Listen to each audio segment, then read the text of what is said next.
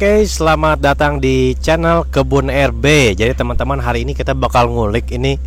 Sebenarnya saya bingung juga nih teman-teman. Cadangan air kita sudah ada, cuman kenapa diperbesar lagi sama Pak Rido? Nanti kita tanya-tanya sama Pak Rido. Nah, di sebelah kita juga ada Pak Mul ya. Ini udah lama sekali menggeluti di perkebunan duren. Luar biasa nih Pak Mul nih, semangatnya masih terus membara nih. Pak Mul, kalau Pak Mul lihat nih, kita lihat ya. Ada pelebaran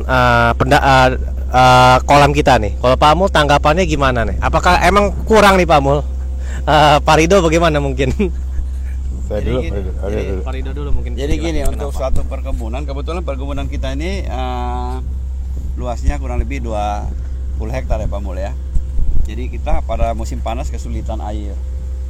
Kita sebelah sini nih, sekitar sini geng. Ini kali nih. Di belakang ini kita kali. Jadi kita kebetulan di tempat yang enggak ini ya, kita bikin semacam danau lah begitu. Ini kurang lebih lebar, ini luas tanah yang digali ini hampir kurang lebih 2.500 sampai 3.000 tuh ya. Iya. Tapi nanti yang efektifnya tuh kira-kira 1.500. Kira-kira 1.500 sampai 2.000. Nah, di sebelah sana yang ada pohon-pohon bambu tuh sampai ke atas sana itu kita selalu sengaja biarkan karena di sana ada sumber mata air. Nah, ini rencananya kamu dalamnya berapa nih, Toh? Kurang lebih 12 itu. Toh, 12 berapa? 12 meter. 12 meter ya. Iya. Sanggup Bisa, ya 12 meter ya? Sanggup ya. Jadi kalau 12 meter berarti boy ada resapan air dari kali juga ada di samping mata air di sana. Ini mata air kalau musim panas begini masih besar? Masih jalan ya, masih jalan ya? Cuma ya nggak sebesar kayak musim hujan. Kalau musim hujan ya dia lumayan besar. Kalau ya sekitar 30-40% musim panas masih nyuplai lah. Ya. Oke, jadi ini kurang lebih nanti jadinya kapasitas air kita nih berapa banyak Pak Rido? Ini kalau kita lihat bisa 200.000 kubik lah. 200.000 kubik ya. Oke. Kalau misalnya 1.500 ya. Kali 40 20.000 kubik lah, Bang. 20.000 kubik ya, kurang lebihnya ya 20.000 kubik 20.000 ya. 20.000 sampai 25.000 kubik. Ini gimana menurut Pak Mul, tanggapannya cukup nggak untuk kebun seluas 20 hektar ini? Dan Pak Mul mungkin bisa bilang ke teman-teman pentingnya pengairan di suatu kebun ini bagaimana? Mungkin Pak Mul bisa ngomong. Jadi ada 3 sumber daya utama dalam berkebun durian, Pak. Iya. Yang pertama adalah tanahnya. Kita pilih tanah yang ya tidak perlu terlalu ideal ya, karena bisa dimodif. Yang kedua air, kontribusinya air ini 42% dalam budidaya durian. 42%. Ya, ketika dalam fase pertumbuhan. Ya. Ketika masuk fase pembungaan, kemudian pematangan buah. Nah, itu kontribusi yang menjadi nomor 1 adalah kontribusi cahaya matahari. Jadi cahaya matahari sangat berperanan penting dalam pembungaan dan pematangan buah. Tapi kan pembungaan cuma 2 bulan. Kemudian pematangan buah 2 bulan. Artinya 8 bulan itu dalam fase vegetatif, Pak. Nah, sementara kalau kita urutkan nomor 1 siapa yang berkontribusi dalam sumber daya durian? Jadi air. Air. Jadi tindakan Bapak membuat embung sebesar ini betul-betul memang seharusnya dilakukan oleh para pekebun durian, Pak.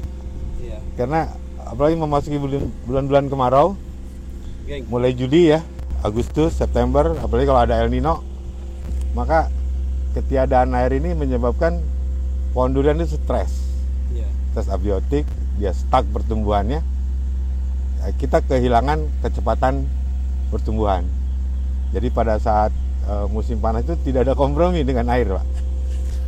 Ya, betul. Kita dalamin, Pak Mul. betul sekali. Dan ini juga untuk pegiat durian yang lain, pekebun-pekebun, jangan semangat memperbanyak menanamnya tanpa mempertimbangkan sumber airnya. Infrastruktur ya, Pak Mul. Infrastruktur, betul. Jadi air ini nomor 1. Nomor 2-nya cahaya matahari, nomor 3-nya baru tanah. Pupuk, nah, nutrisi. Nomor 4 malah. Nomor 4 itu ya. Saya letakkan di nomor 4. Ya. Jadi karena pupuk tidak akan jalan. Lain-lain ya. Kalau tanah kering, ya. Karena musim panas, dipupuk sehebat apapun tidak akan jalan, tidak ada penyerapan gitu kan. Ya. karena tanahnya kering. Jadi tetap kontribusi sumber air lebih tinggi daripada pupuk itu sendiri. Makanya nih Pak Mul, ini kita dalamin pas lagi musim panas ya, kemarau. Ini udah berapa lama nih nggak kering-kering? Oh ini setengah bulan lebih dia. Hah? Seminggu lebih. Seminggu, 2 minggu lebih. Iya, 2 minggu lebih ini nggak kering-kering. Nggak kering-kering. Supaya Nggak di kering-kering ini puncak masih ada. musim Ini panas mungkin ya. butuh waktu lagi nih ya. Ini pakai bawa genset juga nggak kering-kering ya. Iya, pompa itu ada. Karena dari sana memang masih ada suplai mata air. Apa di dalam sini ada mata air? Nggak ada. Hah? Ada, tapi kalau ininya pompanya 4 ya cover Cover ya. kering Jadi nanti pompanya coba ditambah. Ya. Jadi kita di pas musim kemarau kita dalamin lagi nih, rencananya 12 meter sehingga kita bisa menampung air lebih. Harapannya 30.000 kubik. Kira-kira 30.000 kubik dengan catatan masih mata airnya mesti jalan juga. Jadi kalau kita ambil ada tambah terus airnya, mungkin ada penurunan di musim kemarau. Seperti ini kita ambil juga penurunannya nggak banyak.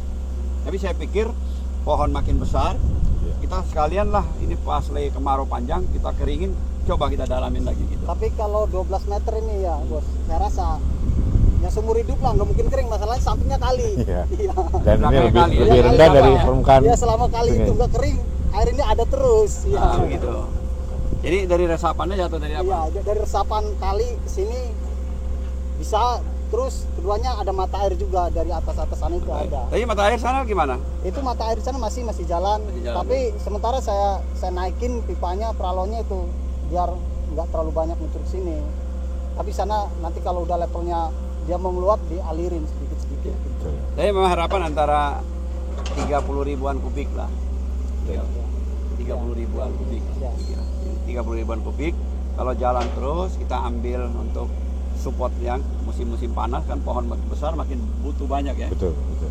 3 hari itu bisa 400 liter per pohon. Ya, Bapak? Ya, Kira-kira ya? sekitar Ya, 300 sampai 400 di liter musim per pohon. puncak panas ini ya, Pak. Ya, punya panas. Terutama di tanggal, saya ingat Pak Mul bilang 19 Mei sampai 1 Juni. Terus 19 November sampai 1 Desember. Itu harus diperhatikan, harus disupport dengan tambahan asam amino, chitosan, chitosil ya Pak Mul ya. Apalagi Pak Mul yang selain itu? Betain kalau ada. Betain. Ya. Nah, sehingga pohon itu bisa daya tahan dari pohon itu bisa bertambah lebih baik untuk menghadapi paparan sinar matahari yang terik sekali ya. Jadi kesehatan pohon untuk menghadapi musim panas penting sekali, Boy. Betul. Ya. Dan senjata utamanya adalah air. Senjata utama Iya. adalah air ya. Ada biostimulan pun Ya. tidak akan berfungsi kalau tidak ada air, Pak. Iya. Jadi kita kenal di tanaman itu ada yang namanya stres. Jadi stres biotik sama abiotik. Kalau kegiatan air itu termasuk stres abiotik. Oke. Kalau biotik itu mungkin pengaruh luar ya, jamur, serangga, ya. dan lain-lain penyakit ya. Kalau abiotik itu kemarau, banjir, paparan sinar matahari, ya.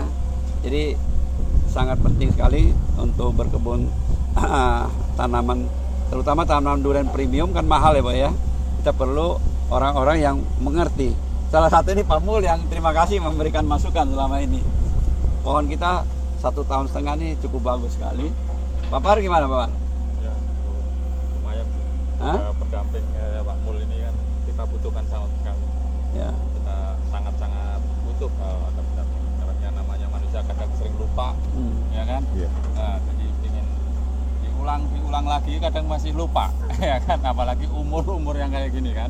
Nah, maka dari itu saya ucapkan terima kasih sekali, apalagi Pak Rido yang sering selalu enggak ini bener saya Dukungannya walaupun penuh saya ya, Pak. diam tapi saya ngerespon paling ini bener paling bagus. Saya sangat terima kasih banget, ada pendampingan dari luar RB sendiri juga ada, dari khususon dari Pak Rido sendiri. Wah, saya sangat terima kasih untuk kedepannya. Oke. Gimana lagi Pak Oke, Rido mungkin? ya. Udah cukup Ya, masalah air? mudah-mudahan toh bisa berhasil Ya. 30.000 kubik. Ya, Ya? Pasti ya? Oke. Saya yakinin pasti. Tapi itu mata air jangan diganggu toh ya. Yang. Oke. Mata air mah itu udah pokoknya apapun juga nggak mungkin diotak-otik lah, itu modal. Oke teman-teman, jadi hari ini kita sudah bikin banyak konten tentang air sudah beres. Sekarang kita mau ke tempat depan, kita bakal ngomongin tentang casting abis ini. Oke teman-teman, ikuti terus channel Kebun RB.